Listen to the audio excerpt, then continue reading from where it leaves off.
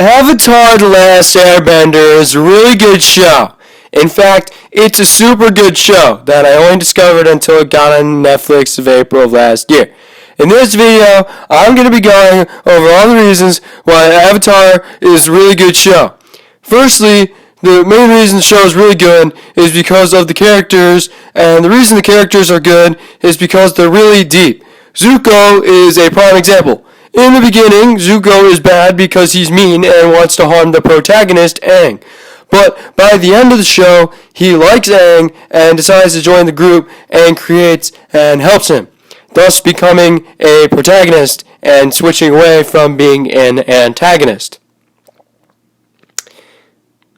Take this scene right here where Zuko is on a mountain during a thunderstorm and he's crying. That's really deep. You can see, because he's showing emotion, that he's a really deep character. But there are other deep characters like Aang, because he has to deal with all the power, but he can't do it until he does. There is Sokka, who's a bitch-ass beta male, but in the end of the show, he's cool alpha Chad who gets the ladies. And of course, there is Uncle Iroh, who is a good character because he is nice to people and gives good advice. As we can see, Avatar, unlike any other show that's ever existed, has deep characters who change during the show, which makes it good.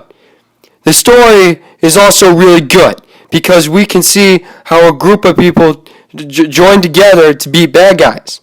Also, the story is good because sometimes the good guys lose and the bad guys win. But don't worry, in the end, the good guys win, so it's all good.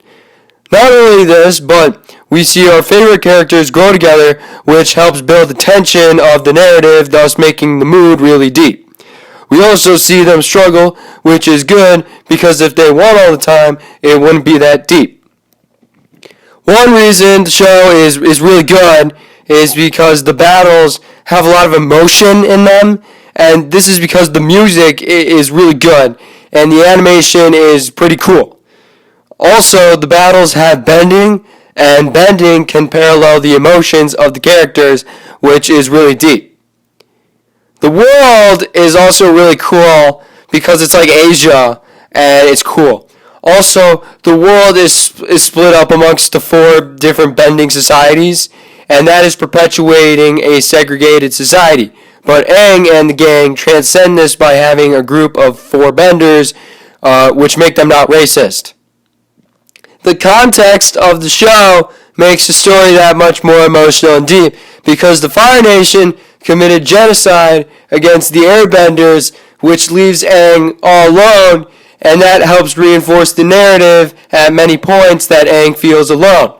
Also, there's a thing called the Avatar, who can learn all 4 bending or balance, and there's equilibrium or something, and the balance is a literary device used by the writers, and that's frankly deep as fuck. I know I mentioned this earlier, but the ending to Avatar is good because the bad guys lose and the good guys win. And did I mention the final battle is epic? Alright guys, that was my latest Avatar video essay. Before I close out, let me make sure I used up all my smart film school vocab I wanted to use. Let's see. Narrative, theme, tone, mood, deep. Yeah, okay.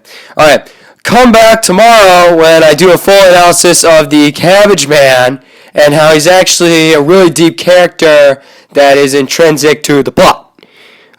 See you later, skaters.